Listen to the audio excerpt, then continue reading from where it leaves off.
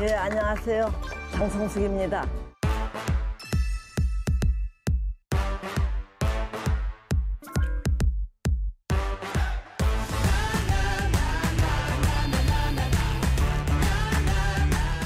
이번 시간에는 실제 상담을 어떻게 하는가 하는 이야기로 시작해 보겠습니다. 자, 이제 여러분들이 이제 상담을 받으러 가잖아요. 네. 그러면은 이 상담자가 도대체 무엇을 어떻게 하지 하고 상당히 궁금하실 거예요. 그래서 이제 그런 내용을 여러분들께 알려드립니다. 자, 이제 여러분들이 상담을 받으러 가시면은 상담자는 이제 사례 개념화라는 이 작업을 해요. 사례 개념화라는 것은 뭐냐면 그 사람에 대한 이제 전반적 이해를 이제 구축하는 거지요. 그래서 사례 개념화를 하는데 제일 첫째 가는 게 뭐냐면은 이 사람의 문제가 뭐냐예요. 그러면 이제 어떤 사람들은 문제? 뭐 그 사람이 와서 잘 얘기할 거 아니야? 이렇게 얘기를 생각하실 수도 있는데 단도직입적으로 저는 이러한 게 고빌질에서 왔습니다. 이렇게 말하는 사람은 의외로 적어요. 10명 중에 1명이 될까 말까? 와서는 이렇게 이제 상담자에 대한 간도 봐야 되고 또 내 체면도 살려야 되고 또 나에 대한 비난도 피해야 되고 아마 이러한 생각 때문인지 저 멀리 어떤 언저리 뭐 이런 것들 갖고 이렇게 슬슬 말을 이렇게 이제 풀어가는데 이걸 마냥 들으면은요 시간이 보통 이제 상담이 50분인데 50분이 후딱 가요. 그러면은 많은 비용을 지불하고 자기가 그냥 몇 마디 그냥 자기 얘기만 하다 끝난 것 같으면은 돈을 내고 올 때의 기분이 어떻겠어요? 아까울 것 같아서 막 얘기할 것 같지만 실은 굉장히 두렵고 또 두서없이 얘기를 해요. 그런데 이제 이럴 때 전문 상담자는 이 사람이 왜 왔을까? 뭐가 문제일까? 그 사람이 말하는 거를 이렇게 집중해서 듣기도 하지만 다른 한편으로다가는 끊임없이 생각을 해요. 그래서 이 사람이 가장 갈급해하는 문제를 딱 잡아야 돼요. 그래서 지금 당면한 문제가 뭐구나. 이거를 이제 분명하게 설정을 하고 그 다음에 이게 언제 무엇에 의해서 어떻게 하다 왜 이런 문제가 생겼지 하는 발병 원인 이제 병원에서는 발병 원인이라고 우리는 발병이라면 너무 이제 심각하니까 발단 계기를 찾아야 돼요. 왜 이게 중요하냐 하면은 사람들은 이게 뭔가 이렇게 발단 되기 전에는 나름대로 꾹꾹 방어를 하고 참아요. 그래서 그 문제가 이렇게 확 드러나질 않거든요.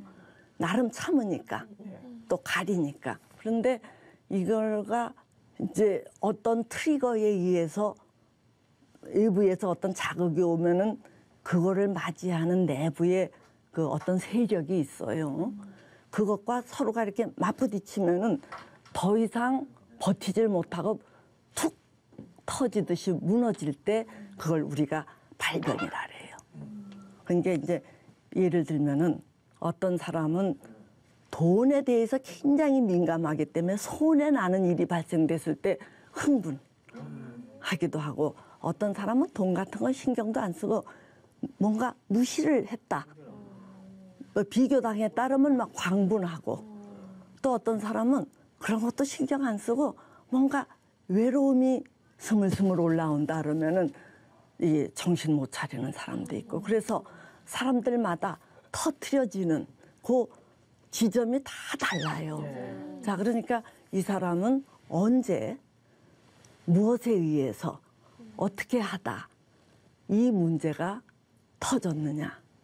이제 이렇게 터지고 나면은 한번 물이 어디로 터지면은 비가 올 때마다 그쪽으로 물이 자꾸 나오잖아요. 자꾸 이제 이게 일정한 방식으로. 그래서 2년 전에 이러이러한 트리거에 의해서 문제가 발생이 되었는데 그거를 처음부터 팍 상담을 받으러 오는 게 아니라 참고 그러면서 몇 차례의 이런 오르락내리락의 과정을 겪다가 지금에 서 왔구나. 이렇게 봐야 돼요. 그래서 발단 계기를 찾고 두 번째가 그다음에 자 외부의 자극이 오더라도 내부에서 아무런 그거를 맞이하는 세력이 없으면은 그냥 흘러가요. 외부 자극은. 예. 자 그런데 그 사람의 내부에 뭔가 취약성이 있으니까 불이 붙었다는 얘기예요. 그러니까 이 사람은 도대체 어떠한 환경에서 어떻게 자랐길래 이러한 특이한 면에 있어서 취약할까 이거를 살펴야 돼요. 그게 이제 세 번째가 그 사람의 발달사.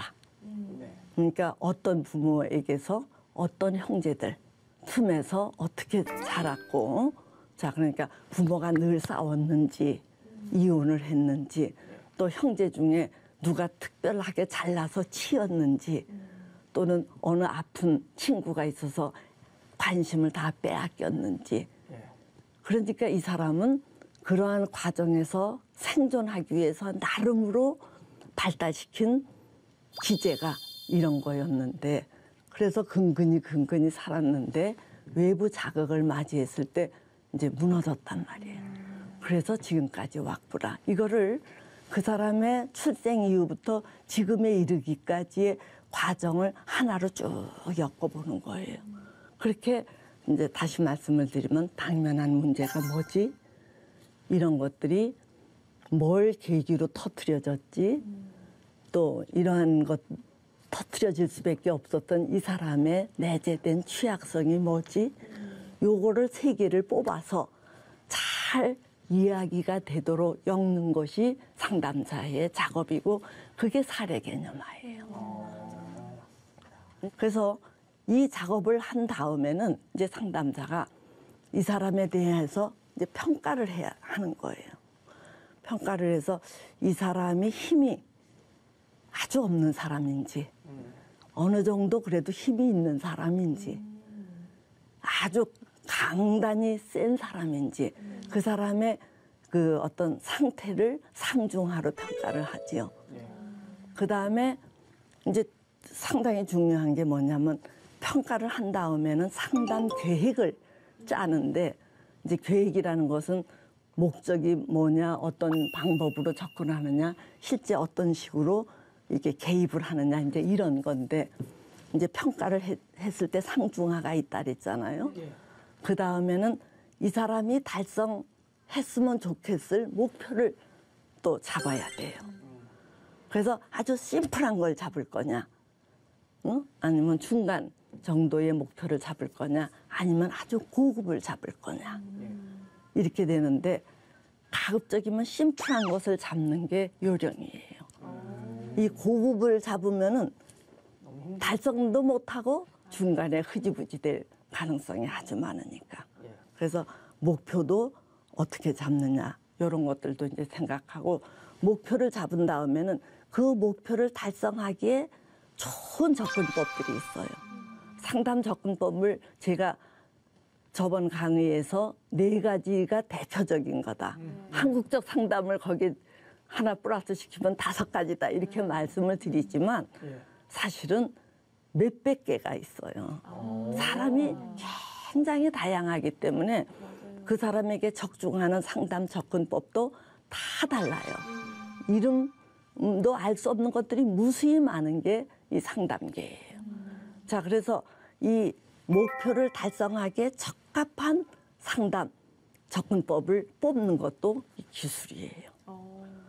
그리고 개입을 할 때도 그 자기가 예를 들면 정신분석을 하기로 했으면 정신분석 카테고리에 해당되는 기법들을 구사를 해야지 정신분석을 한다고 하면서 저 행동치료의 기법을 갖다 쓰면은 이게 중구난방이 되죠. 자, 이런 식으로 하여튼 잘 그 사람을 평가를 해서 적합한 상담 계획을 수립하기까지가 이제 상담자의 아주 주요 역할인데 이제 실제 상담을 하기 전에 여러분들이 좀 상식적으로 아시면은 상당히 좋을 하나의 도식을 오늘은 설명해 드릴까 합니다. 증상이라는 게 어떠한 프로세스를 거치면서 형성되는지 여러분도 이거를 잘 숙지해 두셨다가 자기를 이해할 때 그 도식을 적용해 보고 또 가까운 친지를 우리가 이렇게 이해하고 싶을 때도 이 도식으로다가 하면은 아주 좋아요. 해봐야겠다. 자, 그게 뭐냐 하면은 네. 자, 증상 형성의 과정이라고 하는 거예요. 자, 사람들에게 이제 기본 욕구가 있어요. 네. 자, 이 몸이 필요로 하는 기본 욕구는 뭐예요? 먹는 거. 그렇지. 먹는 거, 자는 거, 뭐 성욕, 뭐 이런 건데 여기에 버금가는 마음의 욕구는 뭐겠어요? 사랑받고 싶고 사랑하고 싶고. 바로 그거죠. 네. 네, 그러니까 우리는 자나깨나 사랑받고 싶어 해요. 즉 인정받고 싶어 한다는 얘기예요. 자, 그런데 이 인정받는 게 사치스러운 그런 개념이 아니고 사람은 동물과 달리 장시간 서포트, 즉 키워주어야만 생존이 가능한 이 발달이 아주 더딘 네. 이제 존재예요. 네. 그러니까 이 장기간 의존을 해야 되는데 인정을 받지 못하면은 위협을 느끼겠어요, 안 느끼겠어요? 느껴요. 느낄 것 같습니다. 굉장히 위협적. 이게 죽고 사는 문제라는 얘기예요. 그러니까 사람은 자기가 생존하기 위해서 상대가 나를 좋아하느냐 싫어하느냐 이거를 굉장히 본능적으로 이거를 추구해요. 쫓지요. 자, 그런데 우리 어머니 뱃속에 있을 때는 이게 다 충족이 되죠. 자동적으로. 네. 자, 그런데 세상에 딱 나오면은 이제 태어나서 이 욕구가 다 채워지지 않을 경우 네. 좀 예를 들면 부모가 서로 싸우느라고 바빴다든가 또는 맞벌이 부부 하느라고 애들을 남의 손에 맡겨 키웠다든가 또는 아픈 애가 있어서 그 애에게 집중하느라고 얘는 방치했다든가 이런 식일 경우 이 욕구가 안 채워지죠. 네. 그러면은 누구를 막론하고 여기에 대해서 불만을 갖지요. 우리가 살아가면서 생겨지는 희노애락을 그때그때 이렇게 배설을 잘 하면은 건강하게 살 수가 있어요. 그런데 여건상 이 배설이 어려울 때가 많아요. 내가 막 울고불고 하면은 쟤는 왜 성격이 저래? 왜 이렇게 까다로워? 피곤해 하면서 관심을 받기는커녕 도리어 미움을 받고. 그치, 미움을 받으면 손해죠. 네. 그래서 손해 날까봐 두렵고 또 내가 아무리 울고 앙앙굴락해도 들어줄 사람이 없을 경우에는 자기 목만 아프다는 얘기예요. 예. 그러니까 이 불만을 그때그때 잘 배설하도록 이 도와주는 게 부모인데 이걸 이제 방치한다든가 하면 불만을 이게 터뜨릴 수가 없어요. 터뜨릴 수가 없는데 이 불만을 늘 의식하고 있으면은 삶이 어때요? 너무 힘들지요. 네. 그렇죠. 그러니까 이 자동적으로 이거를 자꾸 억압을 해요. 이제 억압을 자꾸 해버리는데 자, 이 억압을 한 거는 처음에는 별것 아닌 것 같은데 이게 퇴적이 되면은 이게 분노가 되는 거예요. 일종의 적대심에 가까운 정도의 분노. 자, 그런데 이제 문제는 이 분노가 몇 가지 차이면은 이게 분출을 하려고 하는 파괴적 속성을 띄어요. 자, 그런데 당사자로서는 이 소소한 불만도 의식하고 있으면 괴로워서 이렇게 밀어제쳤는데 이게 푹푹 일어나려고 하면 이러면 안 되겠죠. 더 큰 손해가 올 테니까. 네. 그러니까 자기도 모르게 심적 에너지, 즉 사이킥 에너지가 이 분노가 터트려지지 않도록 자꾸 억압을 해요. 자, 여기에서 이제 우리가 에너지 총량 법칙이라는 거를 이제 또 한번 생각해 볼 수 있는데 사람들에게는 다 자기가 가용해서 쓸 수 있는 에너지가 있는데 네. 이 에너지를 이 억압하는 쪽으로 많이 유실했을 경우 실제 생활에서 쓸 수 있는 에너지가 많겠어요, 적겠어요?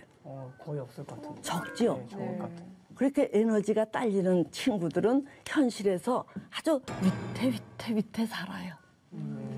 이게 아주 안정되게 쭉 일관되게 사는 게 아니라 변덕도 부렸다가 뭐 잠수도 탔다가 뭐 이런 식의 이게 안정되지 않은 이게 모습을 보인다는 얘기예요.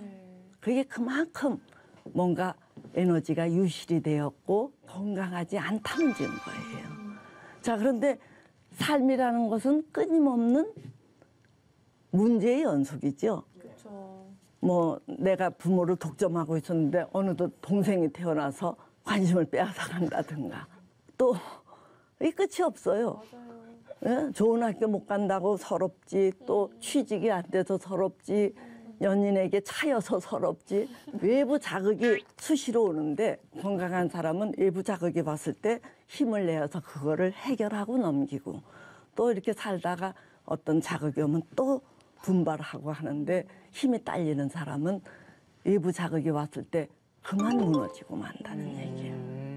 예. 그랬을 때 느끼는 게 이 불안, 앵자이어티, 이 불안인데 이제 이 불안이나 fear, 공포 이런 것들이 허약한 사람일수록 이게 크게 올라와요. 크게 올라오는데 여기에서 개인 차이를 보이죠.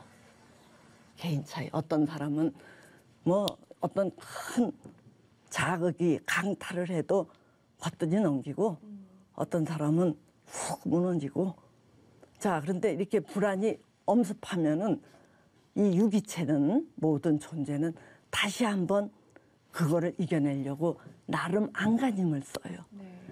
그게 이제 그렇게 하면서 동원하는 게 방어기제예요. 여기서 나오는 방어기제. 저희 좀 배웠거든요. 그래요. 그러니까 뭐 합리화니, 투사니, 동일시니, 뭐 승화니, 반동 형성이니 이러한 반동 형성뿐만 아니라 일반인들도 많이 먹어요. 먹는 건 즐거우니까 그 불안을 잊게 해줘요. 또는 뭐 잠만 잔다든가. 그래도 또 불안을 잊어버릴 수 있고 네. 또는 어떤 사람은 막 추월하고 일하는 것으로서 불안을 떨쳐내고. 자, 그런데 문제는 이 방어 기제가 너무 셀 경우 또는 너무 방어를 못할 경우 이랬을 때 이것이 과할 때 우리는 이것을 일컬어서 증상이라고 하는 거예요. 자, 이제 상담자는 클라이언트가 오면은 아까 뭐가 문제지? 이게 언제부터 시작되었지? 이 사람이 내재해가지고 있었던 이 취약점이 뭐지? 요걸 갖고 스토리를 만든다 그랬죠. 네. 메이크 센스하게 일리가 있도록 스토리를 만들어서 그 사람에 대한 개요를 잡고서는 이제 이런 식으로 대입을 해보는 거예요. 자, 이 사람이 이러이러한 증상을 보였어요. 이거를 뭘로 보느냐 하면은 불안의 결과로 보는 거예요. 불안을 감당할 수 없으니까 저런 식으로 이제 나름 애를 쓰다가 이제 터트려진 게 이런 부적응이구나 하고. 자, 이 불안을 다스려 주는 게 치료라는 얘기예요. 자, 그런데 과거에는 이 치료라는 거를 굉장히 장시간에 걸쳐서 200번, 300번 이렇게 만났었어요. 그런데 100번, 300번이면 다른 방법이 없으니까 그렇게라도 했는데 1940년대 이후에 약이 많이 발달됐어요. 그러니까 오리야 기리야 뭐 그렇게 마냥 할 수가 없으니까 급한 사람들은 약으로 가요. 그리고 이제 근데 약은 대증요법으로서 호르몬을 조절시키는 거는 그러니까 증상만 완화시키지 뿌리를 다루지를 않아요. 그러니까 뿌리를 다루는 것은 이제 여전히 상담이란 말이에요. 그렇더라도 약물이 발달된 이후 사람들은 굉장히 상담을 단기화시키기를 원했어요. 그래서 1, 20회 정도를 하지 그 이상 많이 하는 사람들이 적어졌어요. 그러니까 이 뿌리는 사실은 이 분노예요, 분노. 그렇죠. 이 분노를 불안이 다스려주는 상담은 고전적으로 아주 좋은데 이거를 다루려면은 굉장히 돈, 시간, 노력이 많이 들어요. 그래서 현대 사회에 와서는 자, 증상의 원인은 불안인데 불안의 원인은 분노란 말이에요. 그렇지만 이 분노를 다스리기에는 너무 시간과 돈이 들으니까 이 분노, 어떠한 분노가 쌓여서 불안을 야기했는지는 상담자가 얼른 알아차려서 그 사람에게 어쩌고저쩌고 설명을 해주는 정도에서 끝나고 여기에서 이렇게 잘라갖고 외부 자극에 대응할 수 있도록 코치, 응? 잘 이끌어주는 식의 상담을 할 거냐. 아니면은 그런 거는 2차적인 문제로 돌리고 더 본질적으로 그 사람의 이 욕구가 좌절되어서 형성되었던 내재한 분노를 희석시켜주는 쪽으로 그걸 털어내주는 쪽으로 그 치료를 할 거냐. 여기에서 이제 갈림길이. 여러분들은 어떤 접근법이 더 좋을 것 같아요? 저는 분노가 없어지면 더 낫지 않을까라는 생각을 하는데 저게 없애기가 어려울 것 같아가지고. 그렇죠. 예, 계속 이런 식일 것 같은데 저 LS 하면은 좀 이렇게 없애주려 그러면 막 억울해가지고 계속 막 얘기가 또 꼬리에 꼬리를 물고 막 그럴 것 같아가지고. 그래서 이제 저도 이게 분노를 자꾸 접하는데 이 분노를 이미 형성돼 있는 저 분노를 없애주기는 굉장히 어렵고 그래서 아주 약식으로 현재의 그 사람이 기능할 수 있는 힘을 잘 키워주면은 과거의 그 분노를 다스리죠. 컨트롤하고 덮고 살 수가 있어요. 근데 이제 현재에 너무 힘이 없으면은 즐겨 그 분노를 소환해서 그 탓을 돌리는 경우들이 너무 많아요. 네, 그래서 저는 이제 여기에서 오늘날 현대인들은 이 내재된 분노까지 다스리는 상담은 시간, 돈, 노력이 너무 드니까 이런 것들을 많이 안 찾으셔요. 대부분의 분들은 자, 이거는 전문가들이 보는 프레임이고 나는 지금 외부 자극을 잘 핸들링할 수 있는 정도의 코치, 힘 이런 것들을 원합니다. 이렇게 하는 게 좋아요. 그래서 상담자들도 이 자극에 잘 대처하기 위해서는 이거를 얼른 알아차리고 이거에 너무 머물지는 않고 이 자극에 잘 대처할 수 있도록 이게 코칭, 지도, 안내, 방향 제시 이런 식으로 상담을 하는 게 좋아요. 그래서 이쪽 외부 자극에 잘 응대하도록 돕는 것이 이게 문제 해결식의 상담이에요. 그러니까 당면한 문제를 잘 극복하도록 돕는 거. 그리고 이제 이 내부의 분노를 잘 털어내서 더 이상 이런 외부 자극에 흔들리지 않도록 하는 본질적인 것을 겨냥하는 식의 상담을 우리가 통찰지향 상담이라고 하는데 정신분석에서는 이쪽에 더 역점을 두고 그 외의 다른 접근법에서는 그 현실적인 외부 자극을 잘 핸들링 하도록 하는 것에 더 역점을 두어요. 그래서 여러분들이 그냥 몇십 페이지, 길어야 몇십 페이지 정도의 상담을 받고자 하실 경우에는 거의 문제 해결식의 상담을 받으시면 됩니다. 대충 이해하셨어요? 네. 저 질문이 하나 있는데요. 그 주변에 뭐 건너 이렇게 지인들 중에 우울증 있는 사람들이 이렇게 약을 많이 받아 먹더라고요. 근데 그 약에 대한 부작용들이 꽤 심한 걸로 알고 있는데 그런 약물 치료에 대해서는 어떻게 받아들이는 게 좋은지 그러니까 여쭤보고 싶어요. 약은 대증요법으로서 제일 빨리 그 증상을 완화시키는 거예요. 그러나 이제 조금 더 본질적인 거는 터치를 못 하지요. 근데 어쨌든 약이 많이 종류도 많고 발달이 많이 돼 있어요. 그래서 약의 부작용이 있으면 그거를 치료자에게 아주 소상히 얘기하면은 치료자가 약을 바꿔줘요. 그래서 그 사람에게 맞는 약을 찾아주는 그런 치료자를 만나는 게 좋아요. 그러니까 양과 적합한 약을 잘 찾는 의사가 좋지요. 예. 교수님, 그러면 상담을 사실은 자주 받으면 좋겠지만 그러지 못하는 상황이신 분들도 계시잖아요. 스스로를 상담을 할 수 있는 그런 방법도 있나요?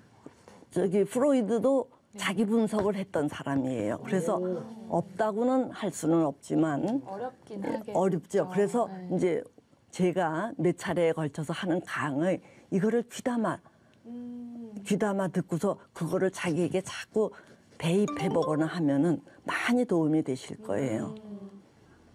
자, 오늘 강의에서 가장 중요한 거는 이 증상 형성의 과정, 이 도식이에요. 이거를 잘 기억하셔서 자기 이해나 다른 사람을 이해하는데 참조하시면 아주 유용할 겁니다. 자, 오늘 강의는 이것으로 마치도록 하고 다음 시간에 뵙도록 하죠. 예, 감사합니다. 감사합니다.